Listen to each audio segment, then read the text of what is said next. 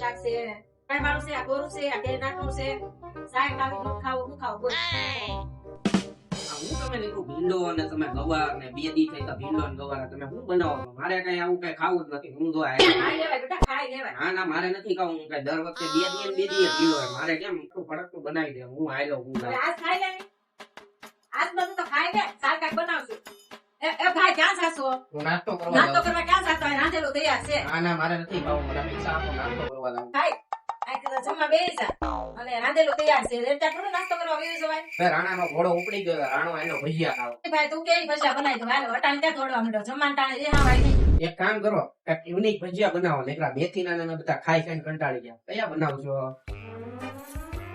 હા મેગી ના બનાવી નાખો ભજીયા. ઈ જોરદાર છે. લ્યો મેગી ભજીયા ખાવા છે ને રે જા મેગી હું મસાલો તૈયાર કરું ને મેગી લઈને બે જા હું તો અત્યારે બનાવી દઉં ભજીયા સારું કઈ નહીં. હું મેગી લેતો આવું. બરાબર તમે બનાવો.